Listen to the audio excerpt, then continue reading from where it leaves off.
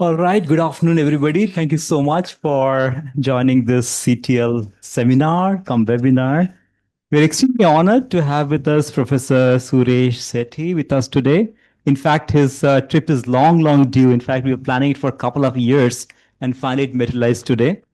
A bit about Professor Sethi. Yeah, he's a very well-known figure in the whole area of operations management. And currently, he serves as the Eugene McDermott Chair Professor of Operations Management and the Director of the Center for Intelligent Supply Networks at the UT Dallas. He has written 11 books and published over 400 research papers in manufacturing and operations management. He also works with the interface of finance, economics, marketing, and he's well known in optimization theory. In fact, I'm sure some of you have watched his recent articles by UT Dallas themselves.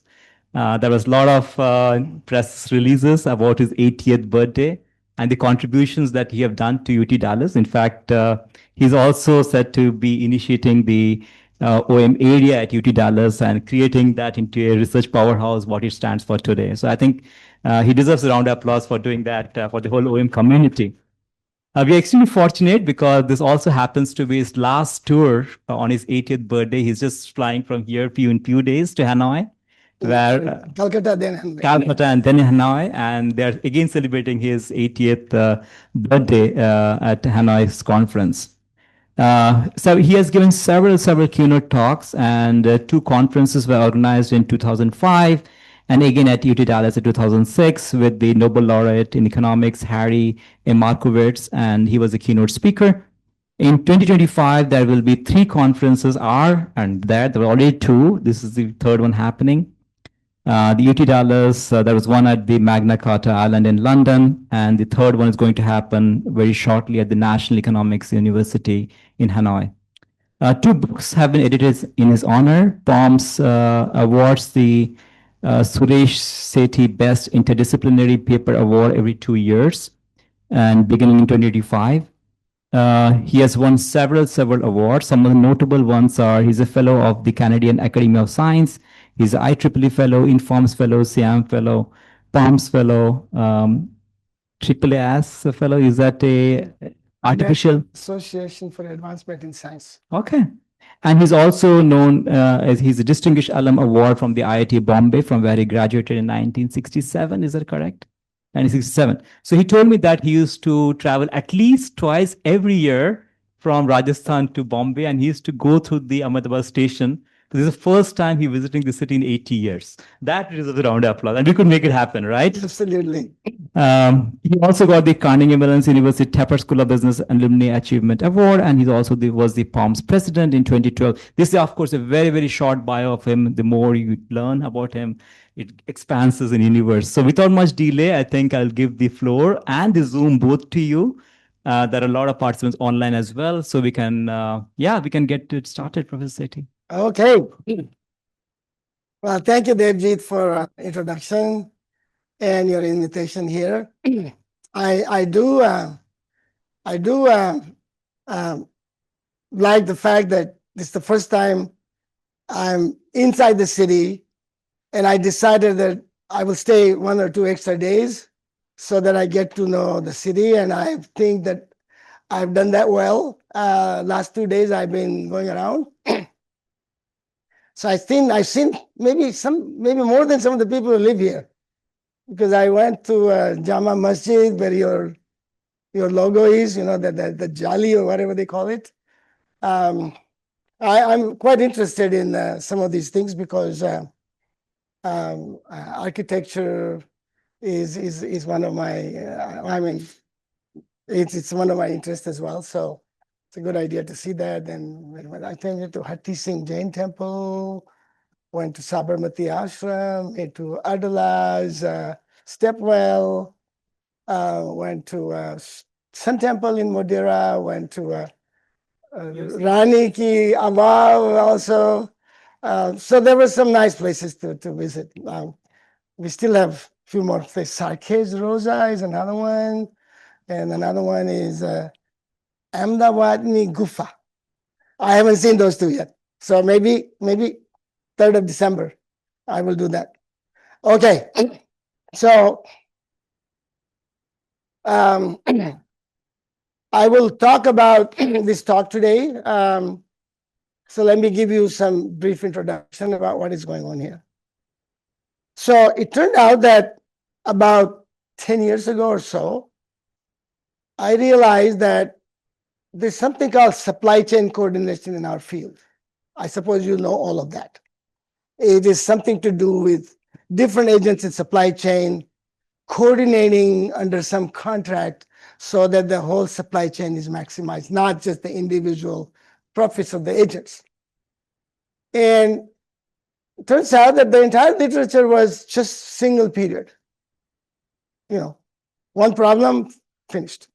And I was wondering why no one ever figured out how to coordinate a supply chain if the supply chain takes more than one period.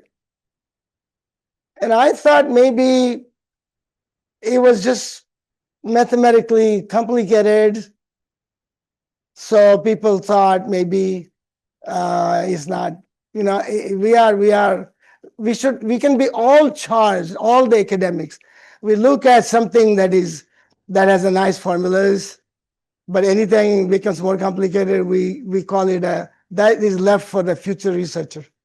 That is one of the line in the paper that everybody has, and that future research sometimes is not doable, but you write it anyway. So that's what I thought. Or I thought that maybe single period gives all the details. So you don't need the two periods, or you don't need multi-period. But that you can only do by solving a multi-period problem to see whether any new insights get learned from there. And that was never done. So I put that for myself that I should try to figure this problem. And I found out that the big problem was not mathematics. The big problem was supply chain coordination is modeled as what is called a leader-followership game. It's also called the Stackelberg game in our field. And Stackelberg wrote a book on game theory about this game, and that's a single period game. And no one in our field knew how to find an equilibrium in a Stackelberg game if the game is a dynamic game.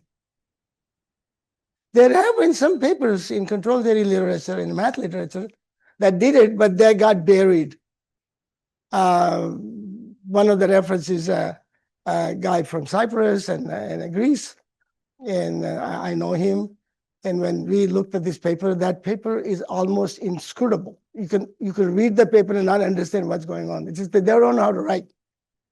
So we had to spend time reading that, and then we understood what's going on, but we also found out that there were not everything that's there, and so we had to generalize that. I wrote a couple of papers in Time Journal of Control. And once you have the Stackelberg game, then you can model the two-period supply chain problem, and you can actually show that supply chain can be coordinated.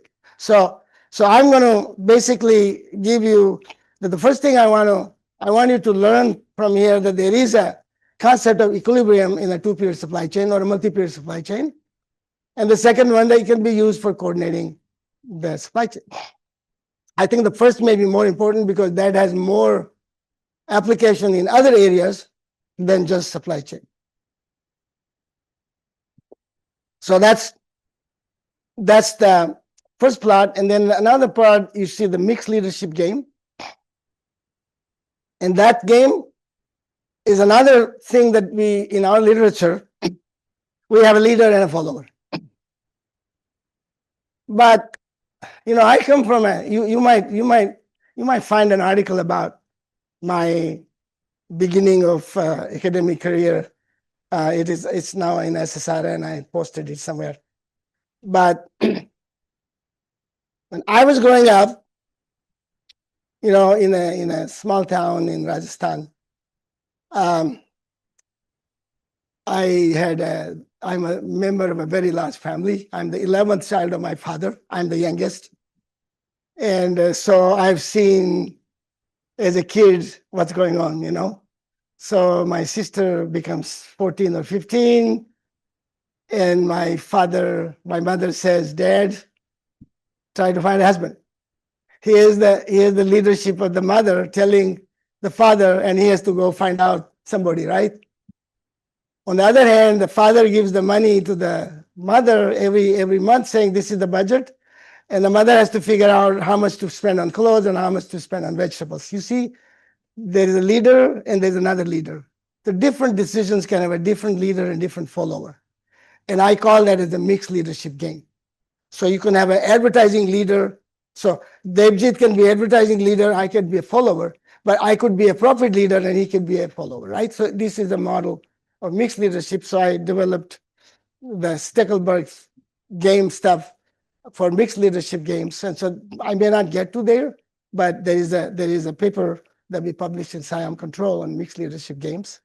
Exactly what I'm talking about. So that's kind of the title. And then there are two applications. One is a operations management application. One is an advertising application. I may not go through all of them, but the papers exist and the slides do have all that I'm going to talk about, but I may not get to there. My plan is to make this maybe more of a lecture than a seminar. So please ask questions. And if you learn half of what I'm saying, that's better than if I give you the whole thing and you learn nothing.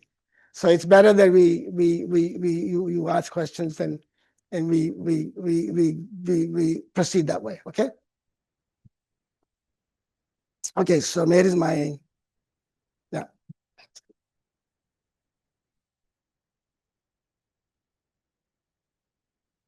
Some things I can forward quickly because it's not necessary to. So this is something you already know. So I'm just going to go quickly on this one. So we have a supply chain. It's a very simple supply chain. So we have a supplier, we have a retailer, and in our old supply chain, the supplier basically says wholesale price, and the retailer then gives the order quantity. So you can see that when the supplier says the wholesale price, he's trying to set the wholesale price to maximize his profit. And then the retailer is responding to the wholesale price. And in that response, he's trying to maximize his profit.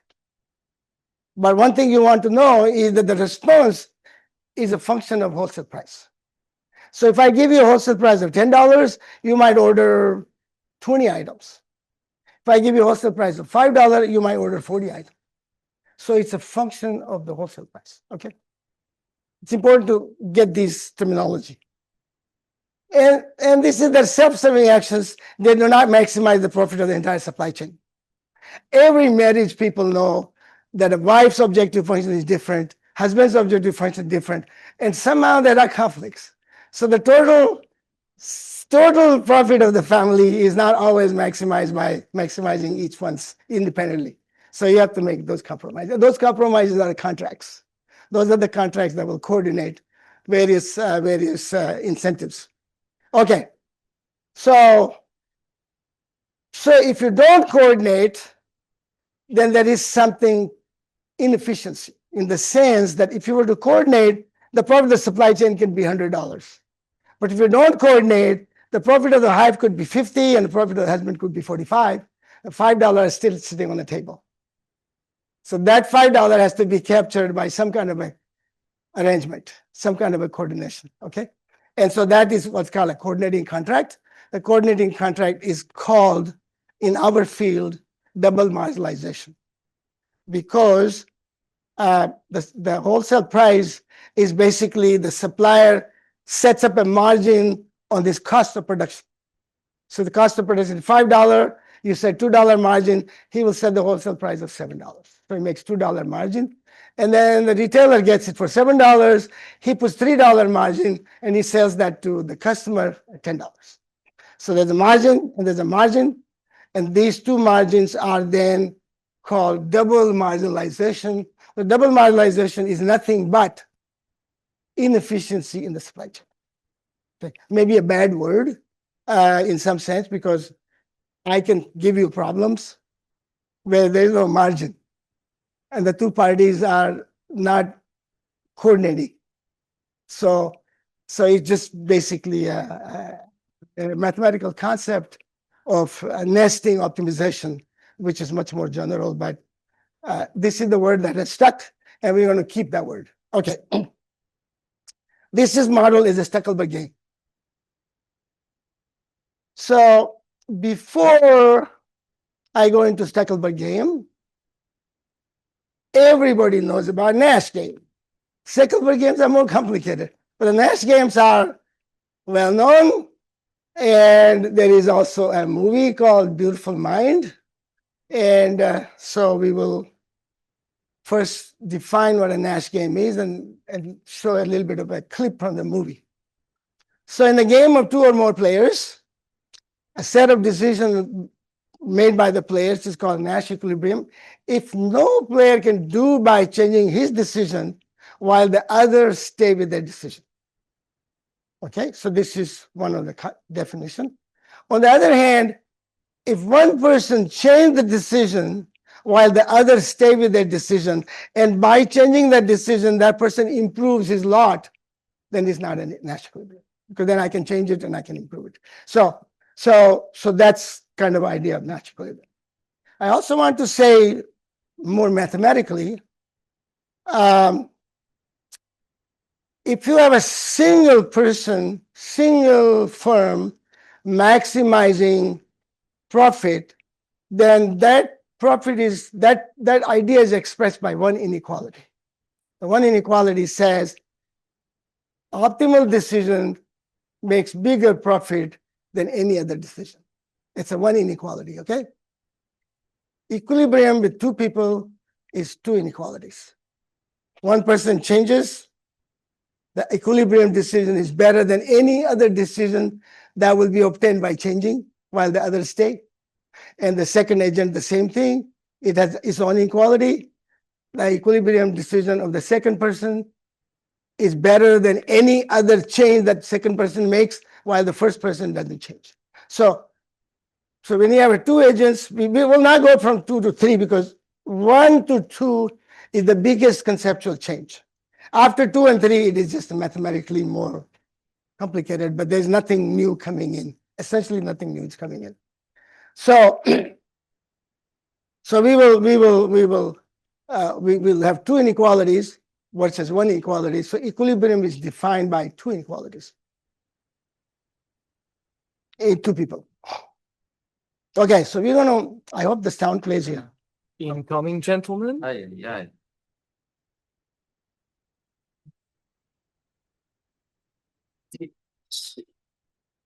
Nash, you might want to stop shuffling your papers for 5 seconds. Not buy you gentlemen beer. Oh, we're not here for beer, my friend. Oh, Huh. anyone else feel she should be moving in slow motion? Will she want a large wedding, you think? We say swords, gentlemen. Pistols at dawn. Have you remembered nothing? Recall the lessons of Adam Smith, father of modern economics. In competition, individual ambition serves the common good. Exactly. Every man for himself, gentlemen. And those who strike out are stuck with their friends. I'm not going to strike out. You can lead a blonde to water, but you can't make a drink.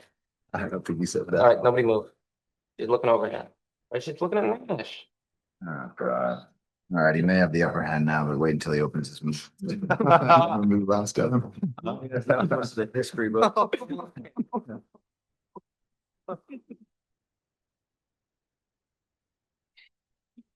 Adam Smith needs revision. What are you talking about?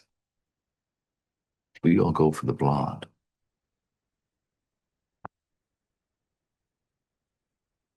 We block each other.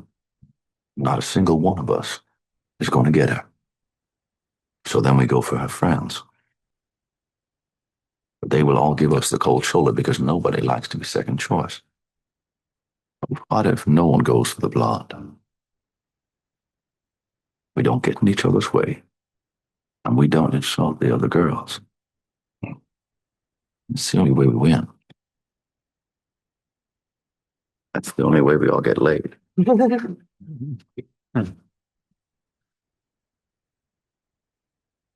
Adam Smith said, best result comes from everyone in the group doing what's best for himself, right? That's what he said, that's right? Incomplete. Okay. because the best result would come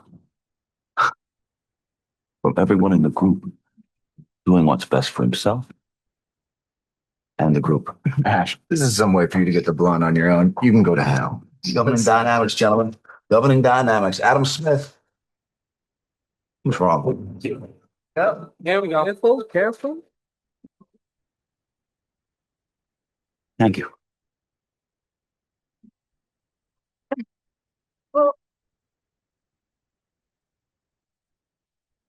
Okay. So I'm sure all of you have seen the movie, but you never focus on a particular part of the clip where you see the speech here. You see, at least you see how NASA's thinking is developing. He goes from Adam Smith being Adam Smith needing a revision. Then he said Adam Smith is incomplete. And finally he said Adam Smith is wrong. So he goes 3 levels right there. He's talking about the invisible hand where everybody wants to do their own thing. There's a lot of things going on right now, but capitalist economy and the social economy and the politics everywhere. It's all part of big thing here. But anyway, so he goes home and he writes his PhD thesis, which is 26 pages long. And that is where he develops the idea of Nash equilibrium. Once again, the equilibrium is what he's talking about. The equilibrium is where everybody maximizes, but also the group. The group means the equilibrium. That means that there's inequality, but I'm allowed to change only my decision. While I'm doing that, other people cannot change their decision. So that's just kind of in some sense, that is a coordination going on there. But so the group, the equilibrium is not an optimization problem. It is somewhat more complicated than optimization problem. Okay, so the other thing that I have is not important, but the question is whether the Nash's advice forms the Nash equilibrium. Because if you think about it, everybody is going to the brunettes. Only one person can change his mind to go to the blonde, and he's better off according to the criteria here. So it is not a Nash equilibrium. So whatever Nash's advice is here is not a Nash equilibrium, but that is that. So we're going to now go to take the same game, but make it much simpler. First of all, we're going to make it 2 people and 2 ladies, 2 girls, and we will make it a Stackelberg game. So instead of Nash game, we make a Stackelberg game. Try to see what is the difference between Nash and Stackelberg, and you develop that relationship a little bit further. And when I was doing this, I distinctly remember my younger daughter saying, "Dad, brunette and blonde is not politically correct. You know, you prefer blonde and not brunette. It's not politically correct." So I said, "Okay, I will change the blonde to Emily and the brunette to Linda." So this is her contribution to my slides. So we have here 2 people, Tom and Dick, and we have 2 girls, Linda and Emily. Everybody prefers Emily for whatever reason. We're not going to name that. And Linda is the second choice. Okay. Now you can see that there are 2 Nash equilibria here. So Tom chooses Emily, Dick chooses Linda. That's one Nash equilibrium. Tom chooses Linda, Dick chooses Emily. That's another Nash equilibrium. Because if you change your mind, you get nothing according to the criteria, right? So you can change the game. That's a different story. But Nash equilibrium that Nash proposed doesn't tell you how to get there. Economists talk about Teutonomy procedures and stuff like that to how to get there. All he talks about is what it is. How to get is another story. We don't also worry about how to get there. But those are the 2 Nash equilibria, and how to get there may depend on other issues like bargaining power and other things that we develop afterwards. Okay, but anyway, so now let's try to. So first of all, here we already got that, and we now go to the next thing to have a Stackelberg equilibrium. Okay, so as you can see, Stackelberg wrote his book in 1934, and that's where he develops the game aspect. You also know that our famous book The tome written by Morgenstern and Paul Neumann was in 1944. There he developed the idea of zero-sum games. It is a big book. But von Neumann is famous for game theory. Stackelberg actually came out before that book, but von Neumann had already written a book in German called Parlor Games in 1928. So he's certainly one of the biggest contributor in game theory, and many other things. Von Neumann was one of the giants of the field. My own professor used to know Morgenstern. George Danzig, I worked as a postdoc, actually knew von Neumann himself. He also tell me stories about von Neumann. Both of those people I have stories from, but maybe we'll talk about that later. We'll continue with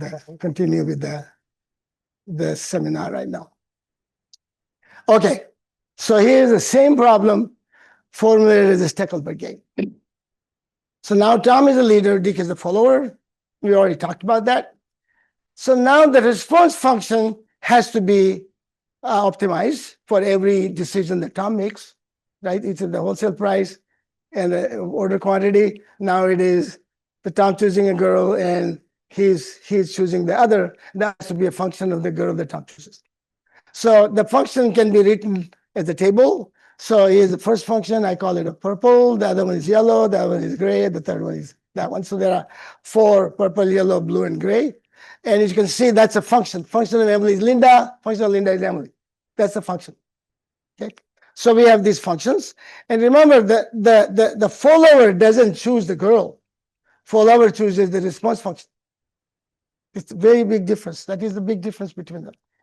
So Dick's 4 possible response functions are purple, yellow, blue.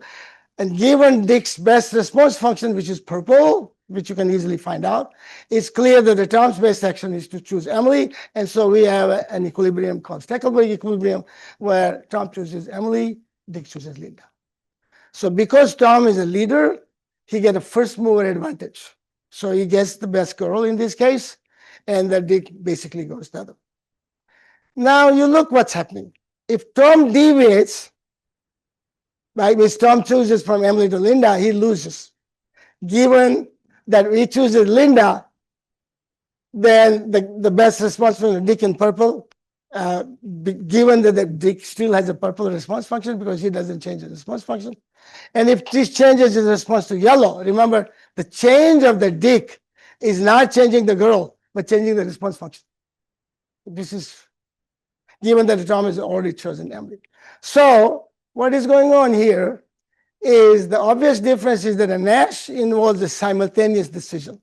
They are deciding the girls simultaneously, okay? Whereas in our game here, the decision is sequential. One person decides and then the other one decides responding to the decision. So we have a first mover advantage. And the subtle difference is that when we check the Nash equilibrium, the Dick's deviation is going from one girl to another because we have to test the inequality. Whereas checking for the Stackelberg equilibrium, the change of the Dick is changing the response function from purple to yellow, green, gray, whatever. So that is a big difference. There is also another difference, but is very subtle. I will come to that in slide 24, but it is not something that most people know. And it's something that I will mention to it when we come to slide 24. So we finally found out that somehow or the other,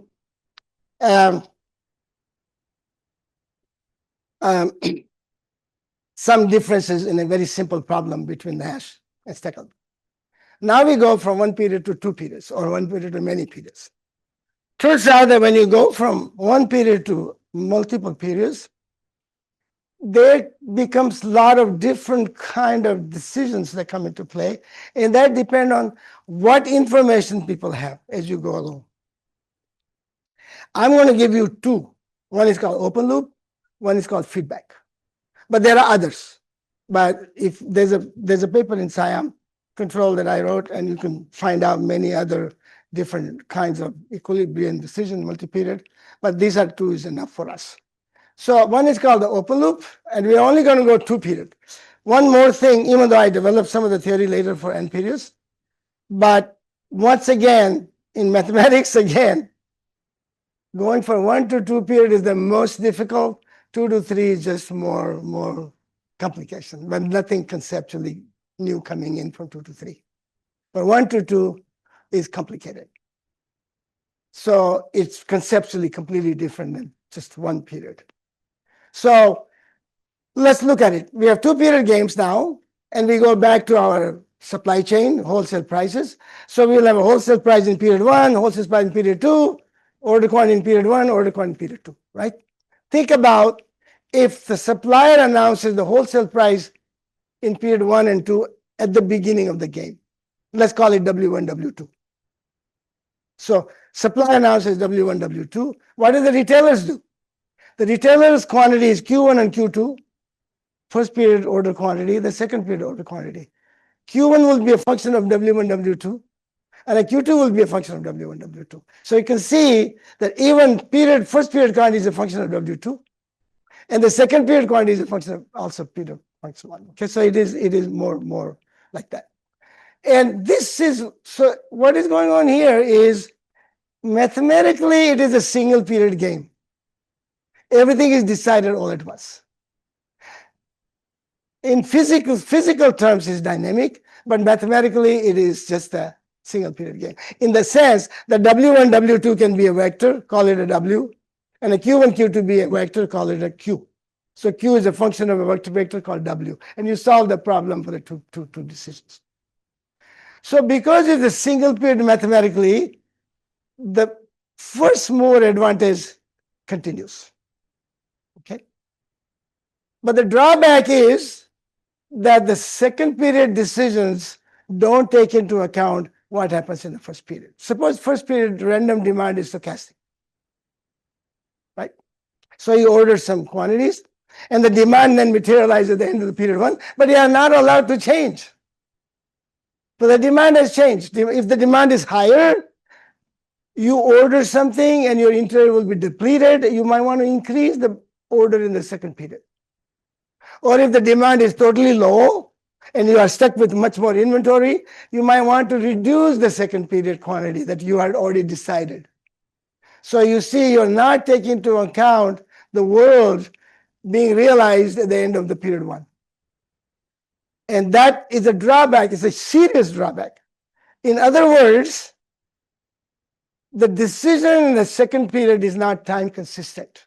That, in the other words, that I could change my decision in the second period after knowing what the demand was, or after knowing the resolution of the uncertainty, whatever the uncertainty there was. I could revise my decision. And if revising the decision, the leader benefits, the leader would say to the retailer, by the way, I told you the wholesale price was W2, but I changed my mind. I'm going to call you I'm going to decide W2 prime, which is different than W2, because that is in my interest. Go ahead.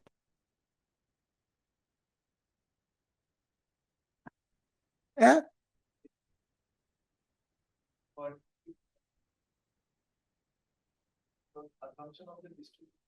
Distribution is known by everybody, but the realization is not.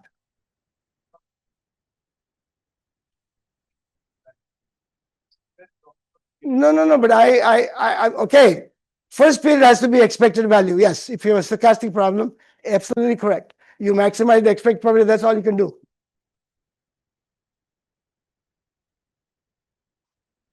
No, you can improve your decision because the first period is gone. You don't care.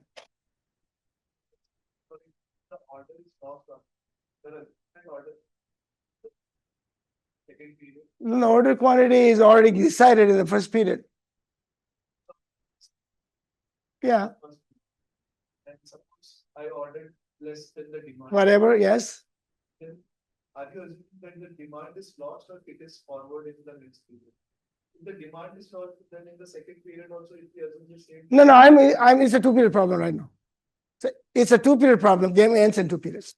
So whatever is left over, you can assume it to be salvaged or discarded. The game ends in 2 periods. It's only a 2-period problem right now.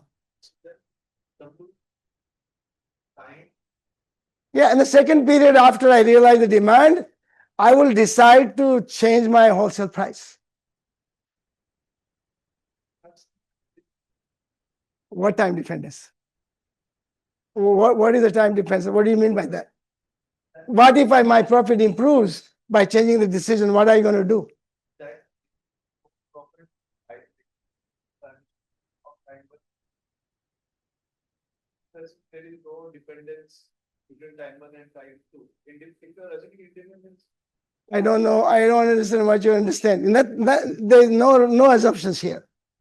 Absolutely no assumption. time two. It's a very simple problem. Don't change the problem. If you have a distribution of demand, the demand will be known at the end of the period one, and demand will be known, so you can satisfy the demand. There will be leftover inventory, which you can carry the next period if you want, right? And next period you have another demand that we don't know yet. But whatever dependence is, you can use that dependence, the demand one, to find out. So you have you can use a different distribution at the end of the period one. But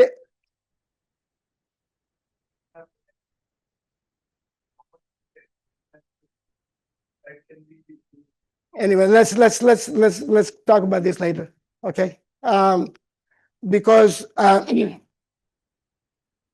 what I'm trying to say is that if you do an open loop game, there has to be a commitment.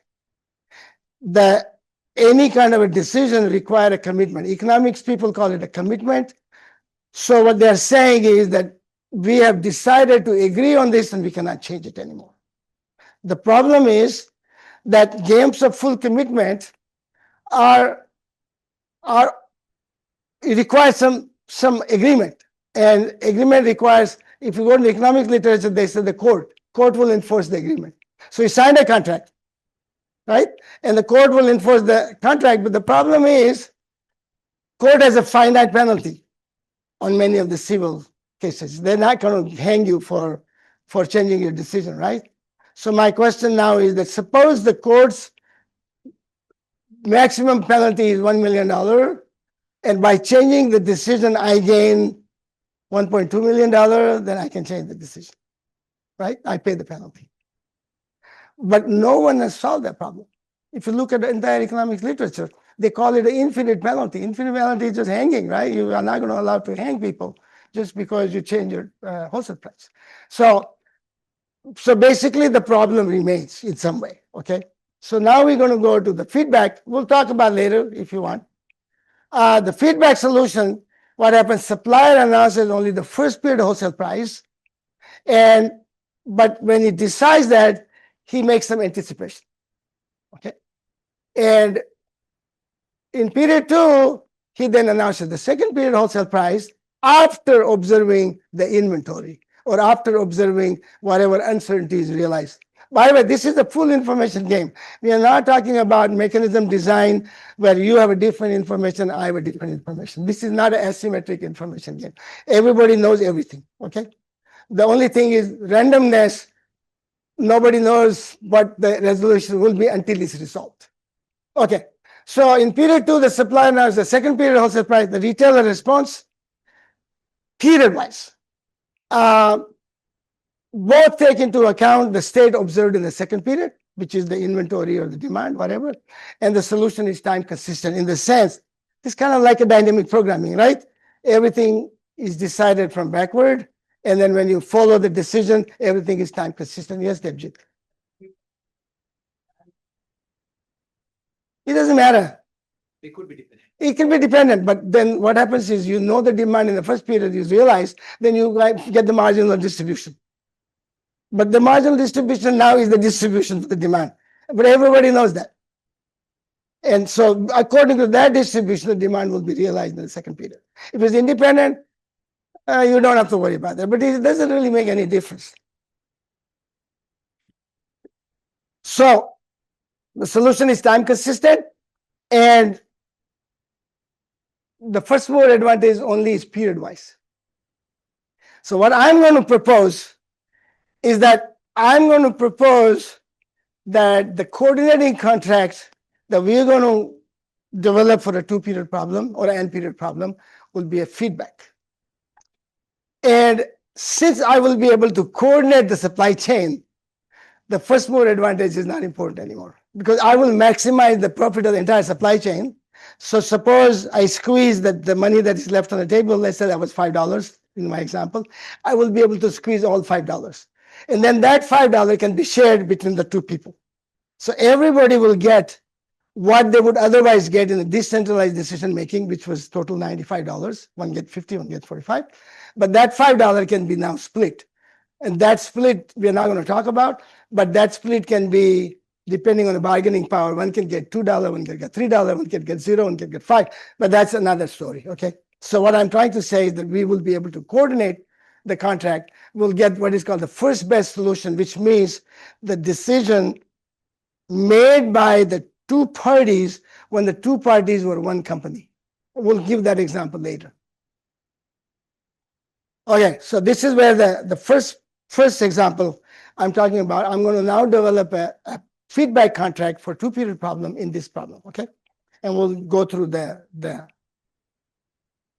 but before I will first define the problem, then I will go back to defining that dynamic Stackelberg equilibrium, and then use that equilibrium to find the contract. Okay, so those are the part of the thing. So this paper is now dated. It's 2015, as I said, about 10 years ago. And what I'm going to do is instead of demand being stochastic, I'm going to make the problem stochastic in a different way. So I need a stochastic problem, but demand being stochastic will give you a solution which is not in closed form. Okay, so it is somewhat, it was not available, but we could do that now. But because it's not closed form, it is maybe I publish this paper where everything is in closed form. So what I'm going to do now is make the cost of production stochastic. And there is a paper by Wright in 1936 that said that if you double the production of the aircraft frames, you can reduce the cost of production by 20%. This is the empirical paper in 1936. This is not the Wright brothers, even though there's a plane there. It's not Kitty Hawk. It's not a biplane, but it is another Wright. Different Wright than Wright brothers. And there is a reason for learning curve effect. It's called production cost learning, and it declines through learning. It's because of labor efficiency, better use of equipment. There's a lot of things going on how you learn, and I'm not going to talk much about it because there's a huge amount of literature and economics on this. And so all I need to know is that there's learning taking place. Okay. So the only thing I need to know is that learning is dynamic and stochastic.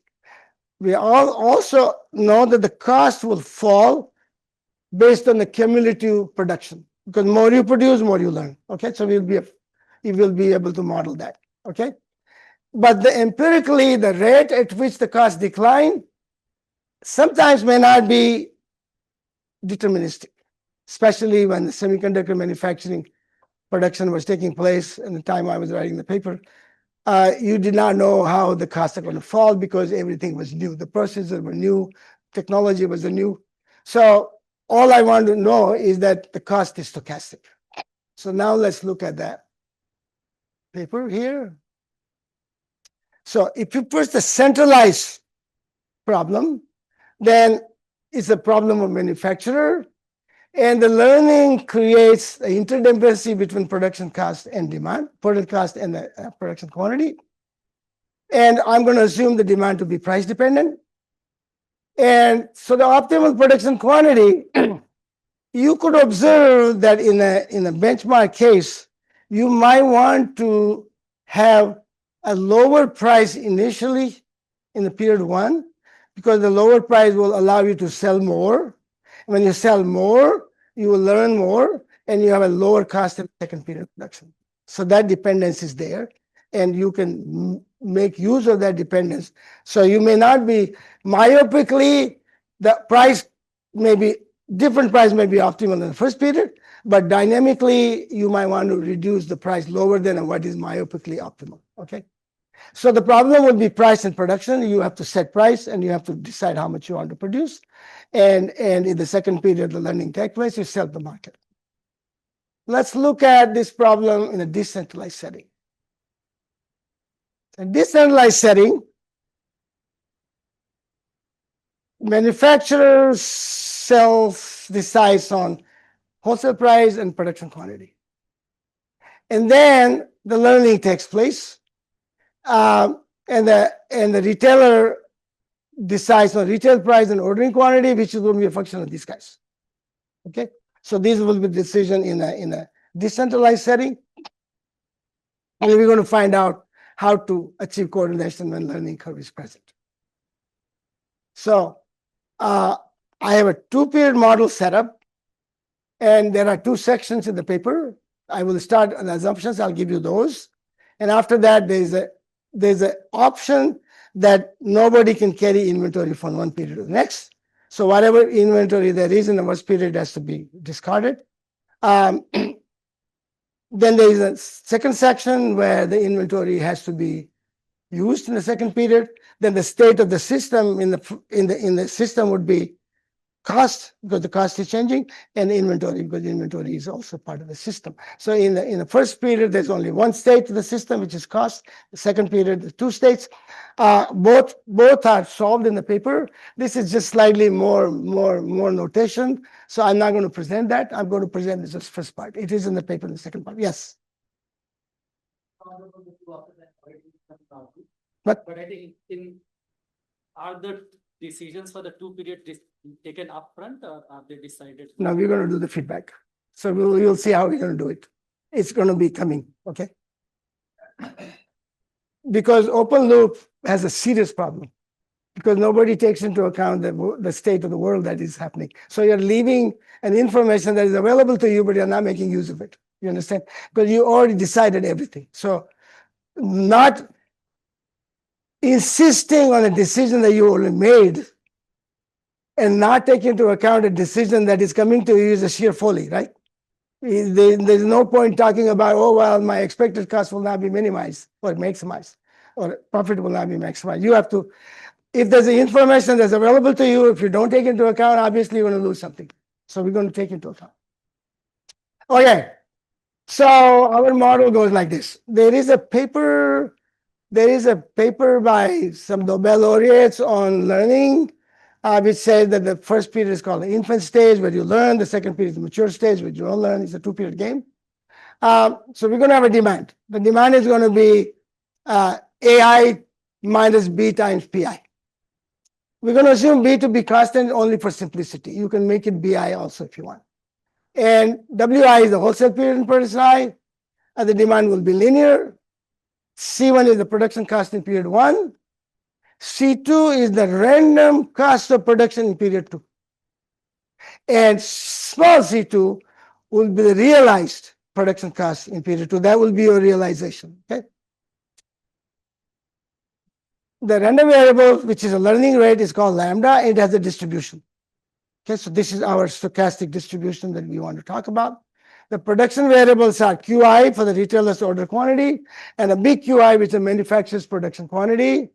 And II will be the inventory. I suppressed it because this is section 2 of the paper, which we are not going to talk about. But it's a slide covers both.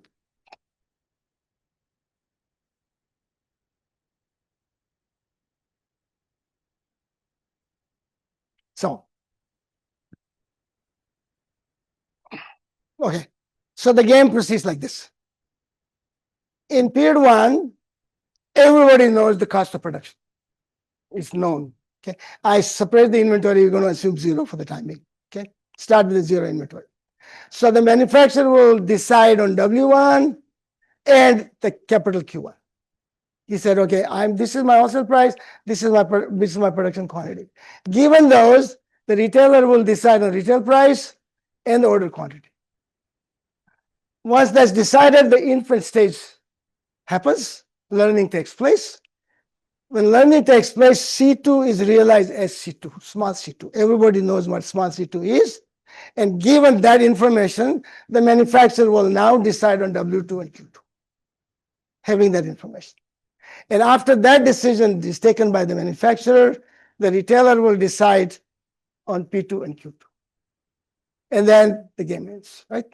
So this is our game that we're going to develop. And we will see that if you do a decentralized setting like this, then it will not maximize the profit of the entire supply chain.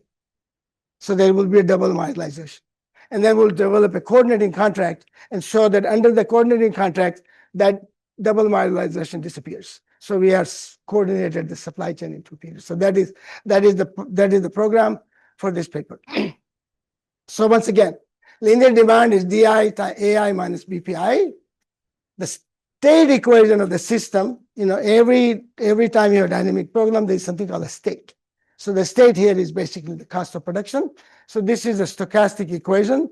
C2, which is the random variable, is C1 minus the lambda, which is the random variable, times the Q1, which is the production quantity you produce. Okay, more Q1, more learning. But lambda is not known. Lambda will be realized. Lambda is a learning rate which has a distribution between 0 and gamma. That means the minimum value means no learning is taking place. And maximum gamma means the maximum learning takes place. Learning can be anywhere in between, right? Now it turns out that in general setting, you need the distribution. But because this problem is somewhat simple, when we do the formula, we'll find out that all you need is mu and sigma. You don't need all the other information given the simple nature of the problem. But in general, you will need the whole distribution. So we will only need the mu and the sigma, and we'll see the formula in our coordinating contract. We only need mu and sigma. Back orders are not allowed. In our first model, nobody has an inventory carryover. Manufacturer retailers are forward-looking, which means whatever, and the Stackelberg game. We will do the Stackelberg game. We're going to assume these only to avoid, because these are innocuous assumptions. They only make the formula a little bit more complicated. So for example, if you take the first order condition, your optimal is, let's say, U star, but you are not allowed U star negative, then what do? You say max U star comma 0. That's what you do. So you put the price at 0. So we don't want this max and min things going on. So we're going to assume these guys, which are nothing to do with the problem, but just to do with the presentation. Now, if you have a single agent, which means the whole company is one company, the two manufacturer and the retailer are together, then it's just a straightforward 2-period dynamic programming problem. You go from backward, you solve it, and when you solve it, it is basically doing this. This is the second period. The profit is given by price time what you're going to sell. You're going to sell minimum of these two quantities. The demand is D2 times P2, whatever the P2 will be. Q2 is the amount you produce. So depending on which is larger, you sell the minimum of those. And the cost of yours is C2 times Q2, because C2 is the random variable. And the period 1 is this one. You take the expected value, and then you maximize this sort P1 and Q1. It's called a nested optimization. That is what's going on, okay? Optimal policies, solving the dynamic programming problem, you can find out that the P1 star is this price, and P2 star is this price. Because remember now, P2 star is a function of small c2, because we are doing backward. We already know what c2 will be. We decide the price for every small c2. So whenever the c2 is realized, I'll be able to make that decision. Okay, so this is the function of c2, and this is the quantity, and here's the profit. The C1 is given fixed, so I just put it just if it is possible to think about this problem where C1 itself is a random variable, and it's realized only after you make a decision. Then you will have to put C1 there. Okay, so there's a profit, so you can see everything is closed form formula. And now we have to go to the next level of how to solve this problem in a decentralized setting. And before that, I will give you the equilibrium definition of Stackelberg game. Okay, so this is, and then we'll go back to the coordination. Okay, so in a dynamic setting, profit of the manufacturer will depend on C1, W1, Q1, W2, P2, P1, P2, everything. And then you will see what it is. The profit of the manufacturer is wholesale price times the order quantity.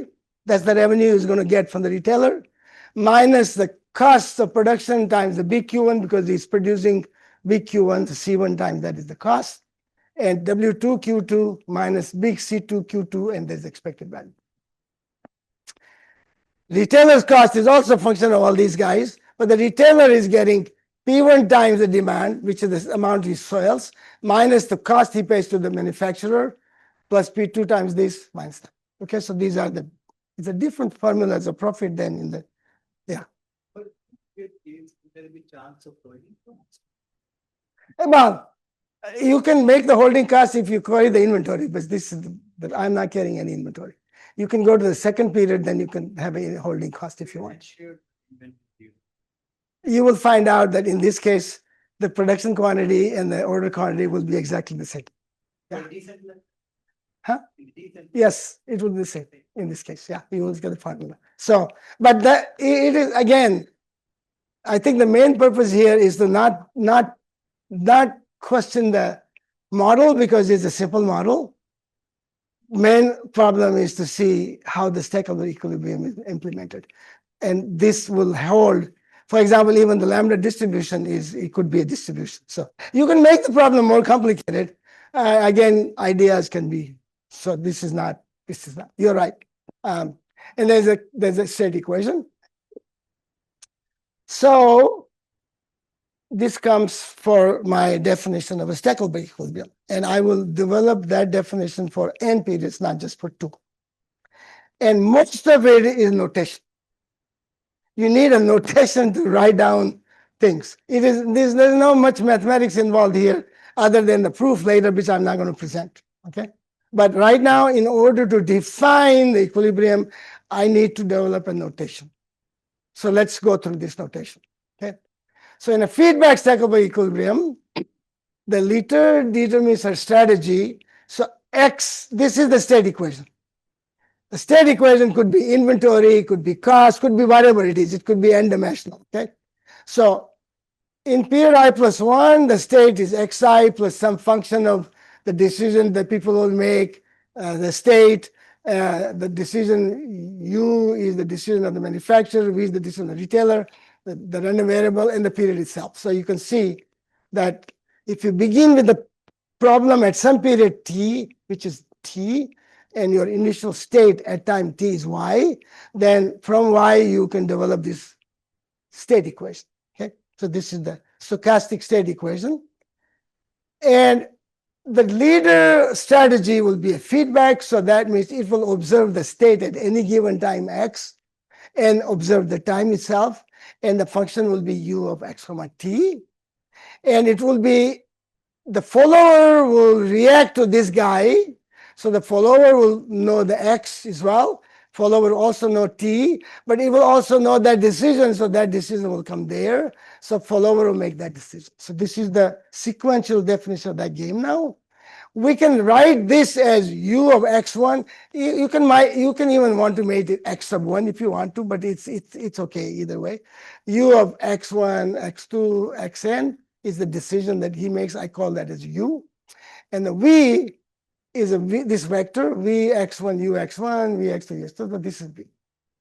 And let now u and v denote the spaces. Now, remember, u can be bigger than or equal to 0. You could be smaller than or equal to m, depending on the warehouse. So there might be constraints. So we will put all those constraints into these spaces. So let u and v denote the spaces of these strategies, feasible stages of these strategies, whatever they are. They can be complicated or simple, but it doesn't really matter for this part. Then let's take any u in this space, any feasible u. And let's take any feasible v in that. Given u and v, I can solve this problem. When I solve this problem, starting with xty, then this is the initial condition starting with a t. Remember, in dynamic programming, when you start from 0 to n, you start with a t because it's time consistent, so it doesn't matter. You have to start in general setting. So initial value ty, the state x at time I given u and a v will be solved by this equation. So the solution of that equation will be that state. And the feedback decision will be function of that state at each point of t. Okay. So now we can see the leader's definition will be function. This is the profit function. It'll depend on at any given time I starting from t to n, because t is the beginning. At any period I, it will depend on the x of that period I, which is already decided by solving that equation. It will depend on a u, which is the decision you make, which is the feedback decision, which is taking into account that x. V is going to take the feedback, and the decision of the other guy, and so on. So we have, and the salvage value of the inventory, if you have this. So this is your decision given that feasible. Same thing for the follower. So what I'm trying to do is give you the notation for the profit of the two agents given any decision u and v which are feasible. Then you define the Stackelberg equilibrium like this. A pair of strategy u star in u and a v star in v is called a feedback Stackelberg if this one is bigger than that one for any u in u, for any y in Rn, which is the n-dimensional state, and any period from t1 to n. You can see what's going on here. I'm changing u. The leader is changing u, but the other guy stays with the decision, equilibrium decision. But the equilibrium decision will, when I change u star to u, this decision will be v star dot u.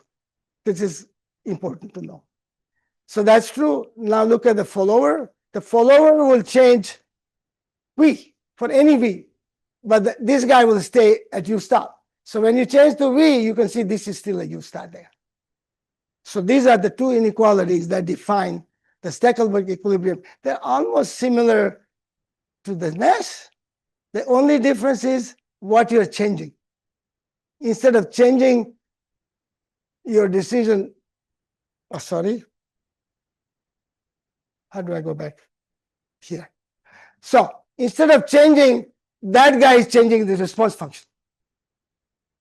So if you make this v similar to u, sorry, what is going on here?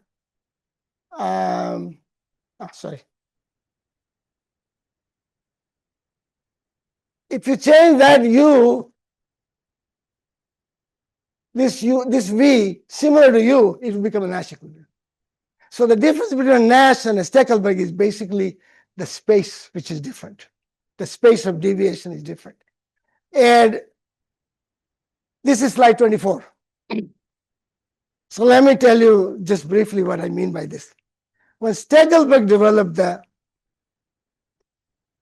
idea, he actually defined a solution which is actually more than an equilibrium, in the sense that in his decision, in the Stackelberg decision, u star can be replaced by any u in the second inequality. So it will be for any u and any v. You can write that.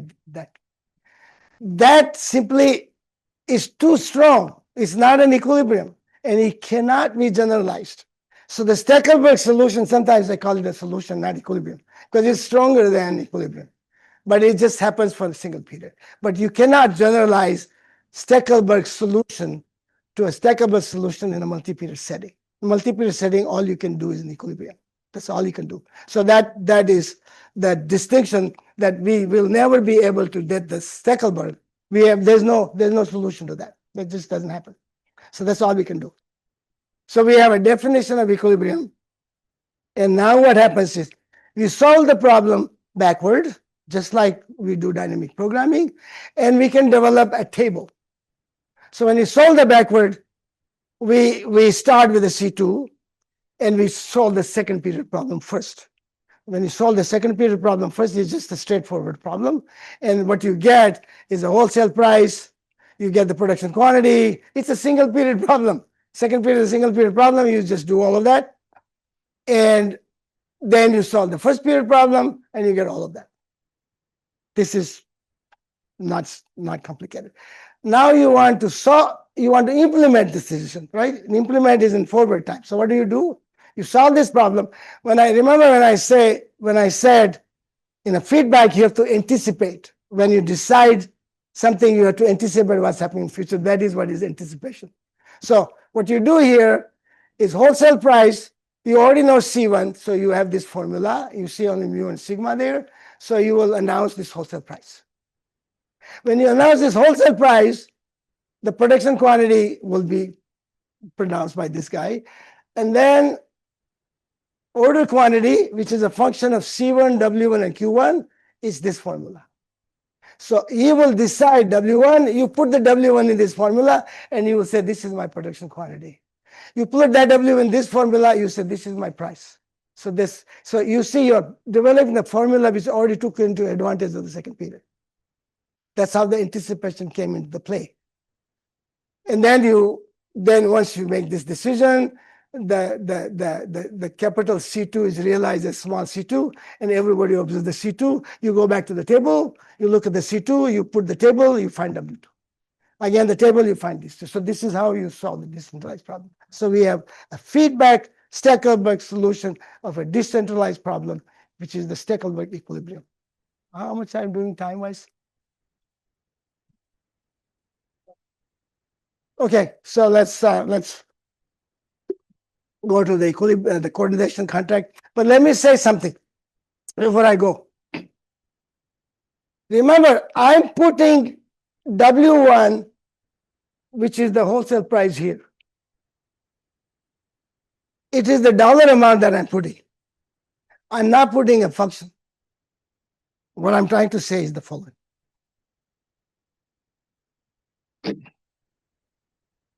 You see here?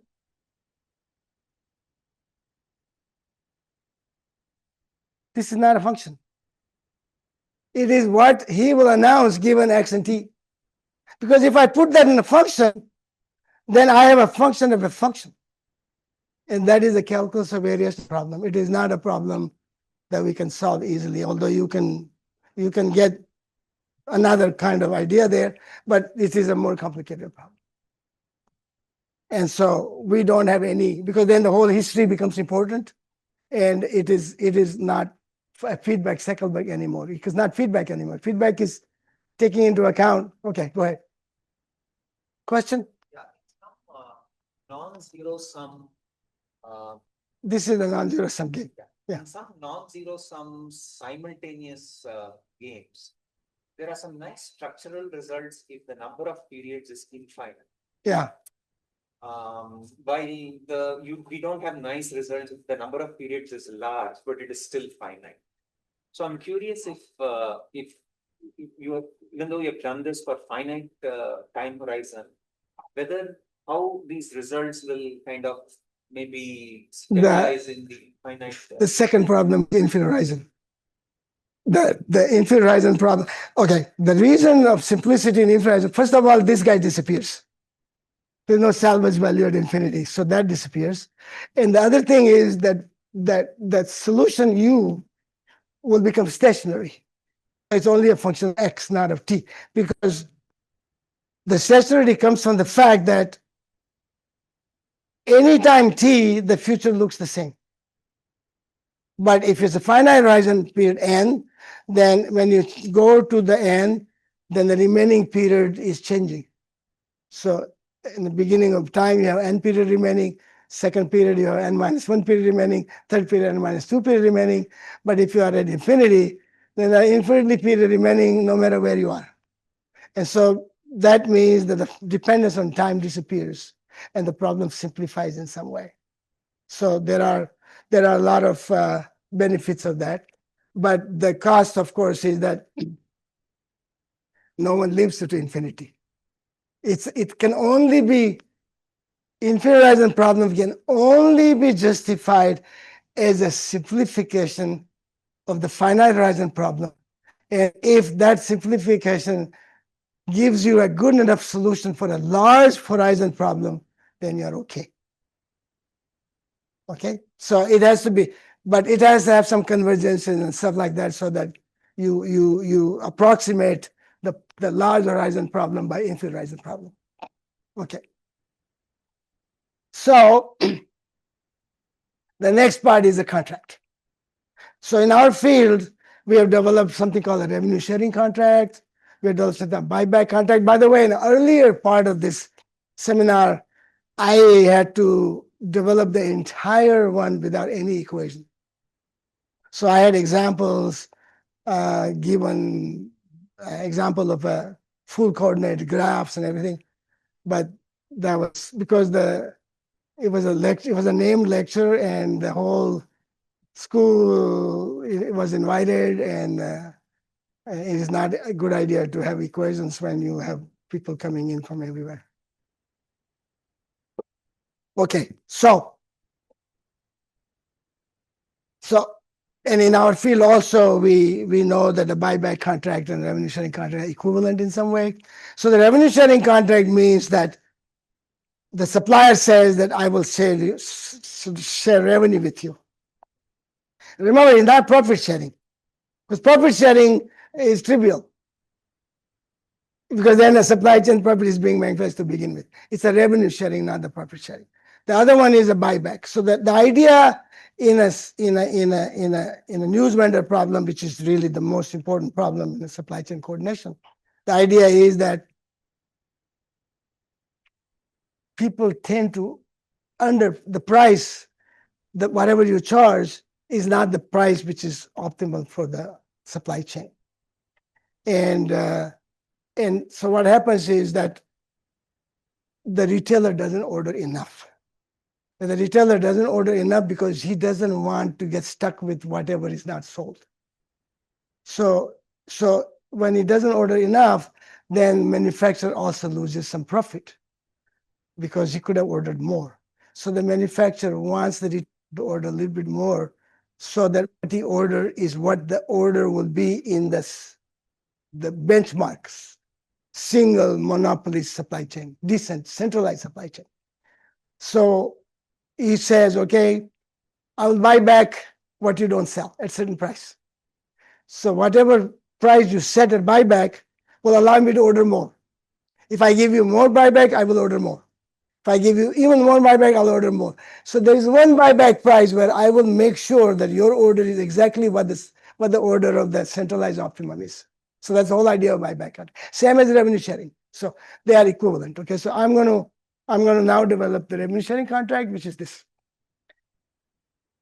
The manufacturer proposes a revenue sharing contract with a set of contingent wholesale price and revenue sharing rates. So I'm going to give you a wholesale price and the share of the revenue, and the wholesale price and the share of the revenue, where the share of revenue is between 0 and 1. And this is the retailer's forming. This is the form of revenue sharing contract in 2 periods. In a single period, it will be just this contract. Just remove it with this contract. W and phi on a 1 period problem. Remember, the second period problem is a single period problem.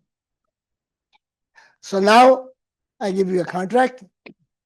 So let's not worry about this, because this is the new objective function under revenue sharing, which is easy to because you see the phi one is the revenue share.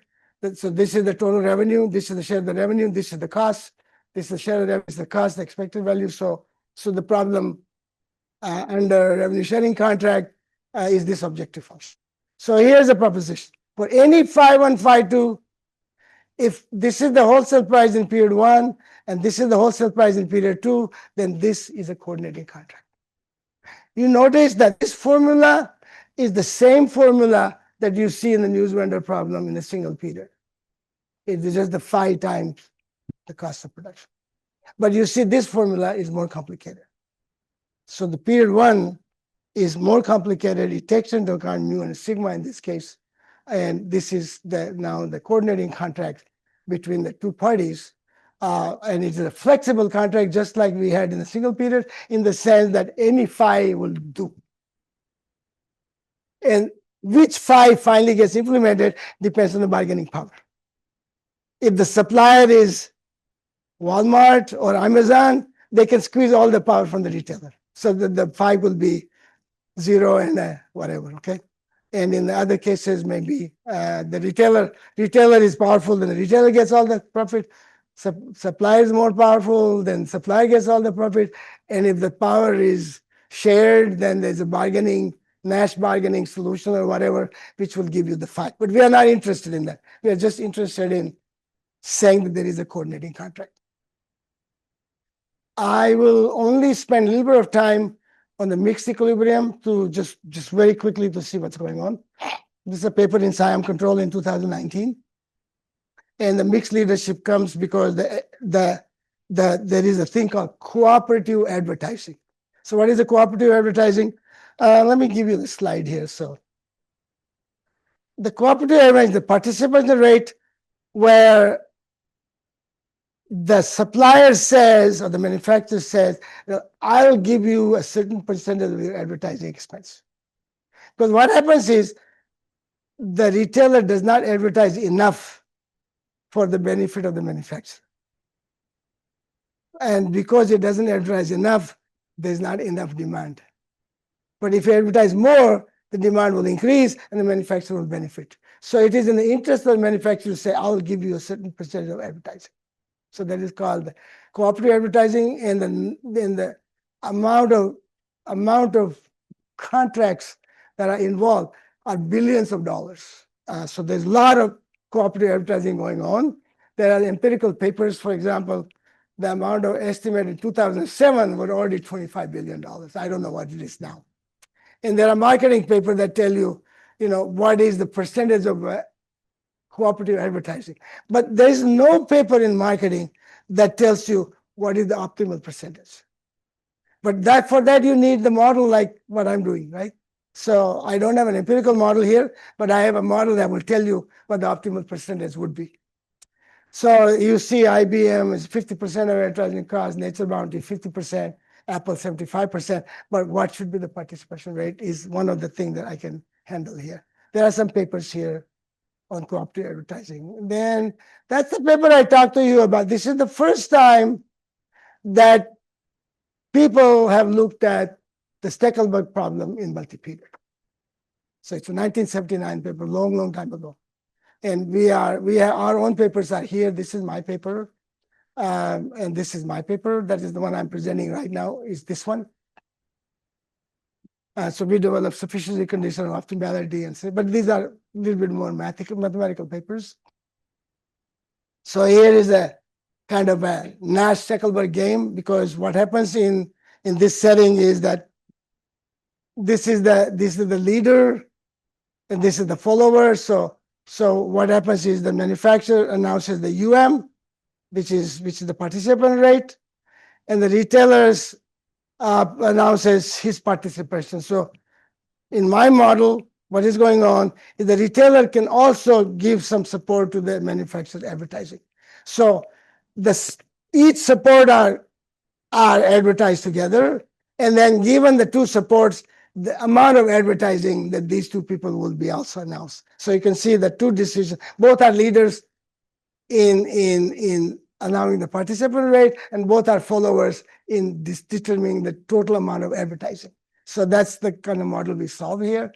And then there is a stochastic differential equation with the Brownian motion here that is based on the Sethi model, which is 1983. There's a Wikipedia page for that as well. There's a paper in recently OR with the title Generalized Sethi Model. So this is one I developed in 83. And so there's an objective function, and we developed the game. And anyway, in the end, we solve this problem, and we give you some graphs and stuff. So I'm just not going to talk too much about it. So I'm going to conclude here.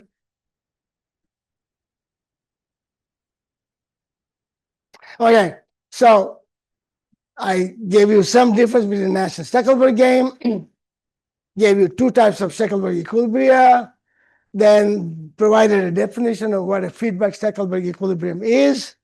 I gave a paper on dynamic pricing and production and develop a supply chain coordinating contract.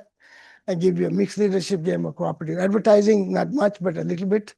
And then there are some papers that are available on this field. So here is a, thank you very much.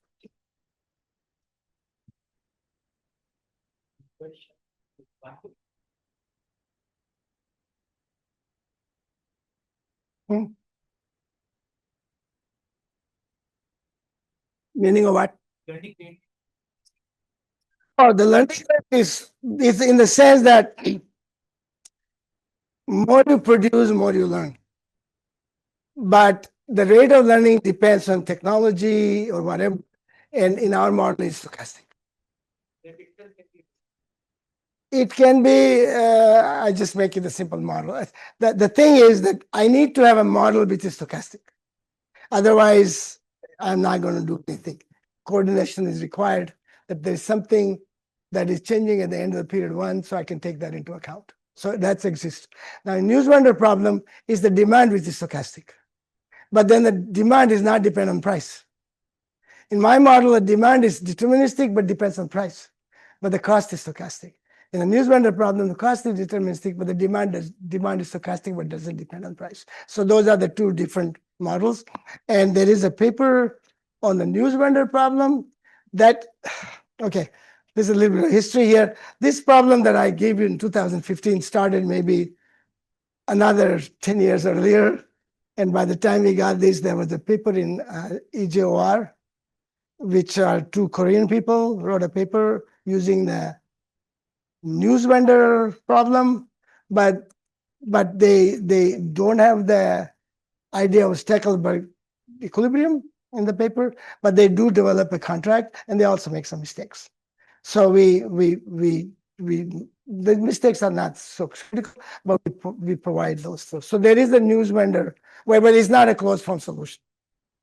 Like I gave you the closed form solution, it's not. So it is possible to have a 2-period contract, which is not closed form, and use this idea here. So, but again, I tell you, this is as simple a model as I can get, so that I have a closed form formula. But it's rich enough in everything. It has a random component, it has dynamics, it has everything. So, and it uses the definition that we have. So that's all I can say right now. I'm not going to defend the model because it's so simple. It's more like an example, right, of a theory. Any other? Yeah. This reminds me of a work by Anand et al. In management science. I'm not sure whether you're aware of that. There is a paper by them which talks about a 2-period model. And instead of learning rate. You mean Ravi Pindi's paper? Sorry? Ravi Pindi? No. It's about strategic inventory. Yeah. So I know that paper. So from period one, the retailer can actually buy more than what he needs, so as to carry over the inventory to the next period, using which he can bargain for a lower price in the next period. I know, but they don't coordinate. But there, I think towards the end, they talk about 2-part contract which can coordinate this supply chain. I don't remember that, but in any case, they don't have a Stackelberg equilibrium definition at all. So I don't know what they mean by coordinating. Without the definition, you don't know what it means. I think what it means is probably you can get the Yeah. first best. Yeah, but whether it is an equilibrium has to be shown, because if it's not equilibrium, then it is a forced. So here's what I mean by this. If I was a supplier, I can tell you order that much. If not, I have a gun in front of me. And what are you going to do? You're going to order that. But that's not the decision you're going to make on your own, because for that, I have to tell you that it's an equilibrium. Without equilibrium, I can, by fiat. Now, I agree with you. The paper is not wrong. It's just that it is not complete. No, I agree.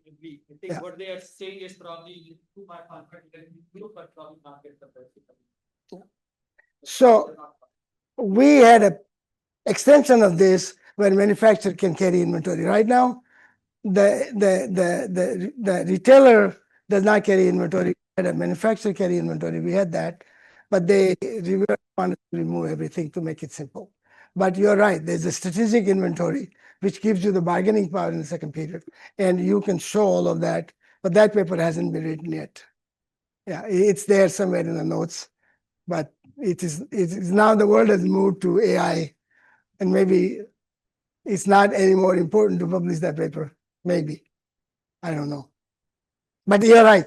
It is. Right now, you have talked about contract. Does the 2-part tariff also Yeah. Yeah. So there is a paper that we are currently working on. It's called 5 Steps to Supply Chain Coordination. The first part is a single period. The second part is a 2 period. And we developed an idea where all the supply chain coordination paper in single period can be derived by one formula. Yeah. So in multi-period is not yet complete. The single period is complete. The multi-period that is still the paper has not been finished yet. But yes, the same thing. It's basically 5 steps for any problem, and it has a generalizing contract terms, like contract terms of 5.1, 5.2, 5.3, whatever they are. And you need enough number of terms to be able to equalize the quantities to the centralized profit, and then they become algebraic equation to solve. That's what the entire supply chain literature. So yeah, let me give you what I'm talking about.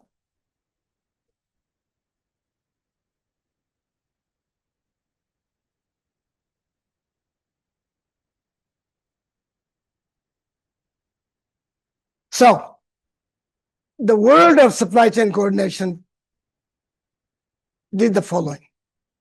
They developed benchmark profit.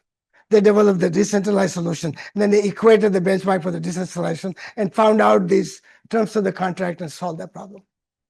And then it ended. And we are saying there's a step missing. The step that's missing is this. When you have a supply chain, under the revenue sharing contract or any other contract, the objective function changes. Right? It's a different objective function than the objective function that we had before, right? Somewhere here. It's different. So what I need to show is that under that contract, if I solve this objective function, then I get a Stackelberg equilibrium. That is, you can think about 2 ways. One is that whatever they did automatically gives you this. The other one is to show it. So in our 5 steps coordination, we show that everything that is done in supply chain coordination literature actually satisfies this. But they don't, they show it, but you can show it that they satisfy. So that's part that is, in my opinion, it has to be shown. But if you say it is automatic, then you have to show that it automatically satisfies. But nobody has talked about it in the literature. So without that, it's not an equilibrium because there's new objective function. So that's what I mean by that. But good that you pointed out that paper.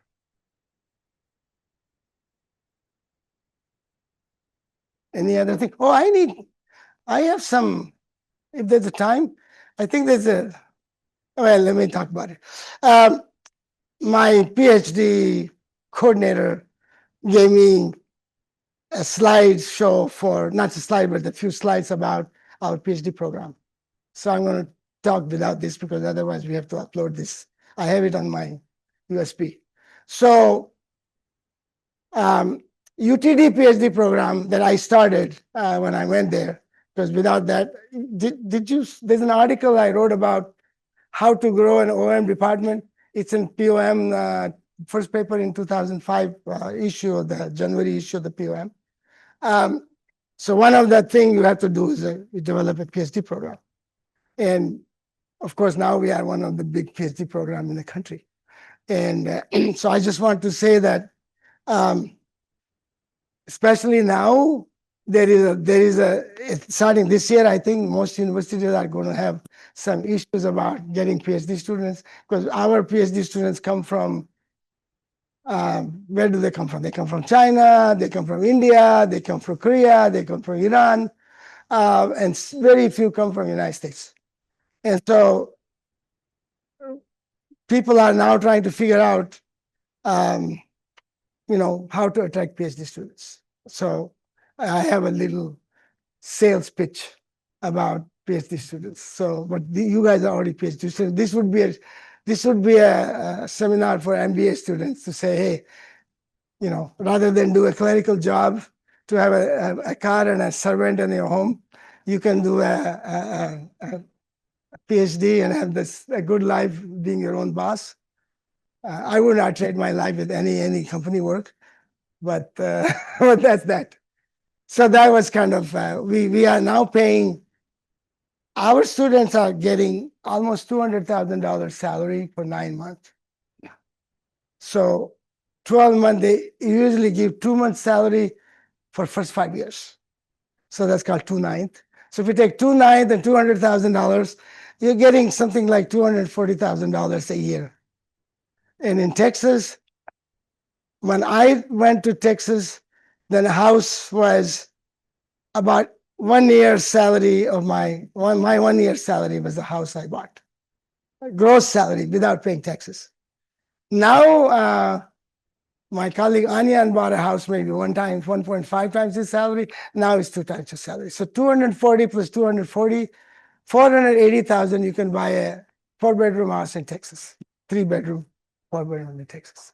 So I don't know any country in the world that can give you a house, freestanding house, for 2 years of your gross salary. India will be 30 years of your gross salary to buy a house, more or less. And every country, even the United States, in California, it will be a lot more. But Texas, for some reason, we can say that we are, in terms of house, we can probably beat any country in the world. So, and then we give you, I think, $10,000 or $15,000 travel conferences kind of money. Only this year, the dean has said, if you need more than 15, don't come to me.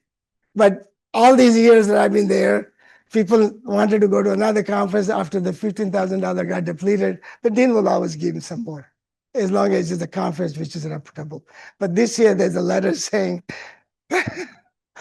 because every university has a little bit of a problem right now because some of the Indians are not coming and they were paying fees.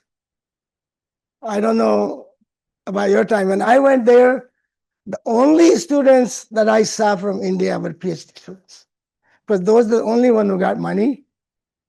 And anybody who came to, other than this, did not exist, because nobody in India had the money to send them overseas. And even if they had the money, there was an exchange rate regulations. I remember what happened to me when I went there. The dollar changed from 5 to 7.5 rupees within 6 months of, when I started doing it was 5, then when I left, 7.5, and all of a sudden we had to spend more money, 7.5 rupees to get a dollar instead of 5 rupees to get a dollar. That's 50% extra cost, right? So that's the story. So now you go to any of the campuses in the United States, there's a lot, all Indians everywhere, undergraduate program, graduate program, and they're paying fees, huge amount of fees to the universities, and they're going to lose some of that because of our president's decisions. Hopefully it will not last too long, but you never know. So anyway, pass the word and come to Hanoi if you want to. Hanoi is a great city. Have you ever been to Hanoi? Anybody? I've been there, but it's Halong Bay is one of the best bay which you can visit. If you like good food, Hanoi is a good food. And the cost is not so high, by the way. I'm doing 8 days by car and a driver after my conference, and they are telling me that it'll cost me about $950 or something. It's not very expensive for 8-9 days. So that's pretty cheap. So anything else? Okay, well, thank you very much for So thank you, Professor Sethi, for this fascinating talk. I'm sure we all enjoyed the conversations. And Professor Sethi was telling me that he still visits his office every day a week. In fact, Saturday, Sundays, he also spends there. So I'm sure in the coming years, we'll see more of your influential works. And yeah, wish you all the best. Wish you a very long, healthy, prosperous life. He didn't tell you that I'm in town only like 7 months of a year. 5 months I'm somewhere else. But those 7 months I do go to the office on Saturday and Sunday. Yeah. No, it's very, very inspiring. I think if we can take even some learnings from your life, I think that is very inspirational. Thank you so much for visiting us. Thank you. Thank you so much. And Prahlad, we need to come over. Sachin, please come over. Himanshu, we need to come over. Yeah. Let's give a token of gratitude to Professor Sethi. Yeah. Please come over. Please come. This, you can come, all of it's. Oh, thank you. This is the jolly that you saw the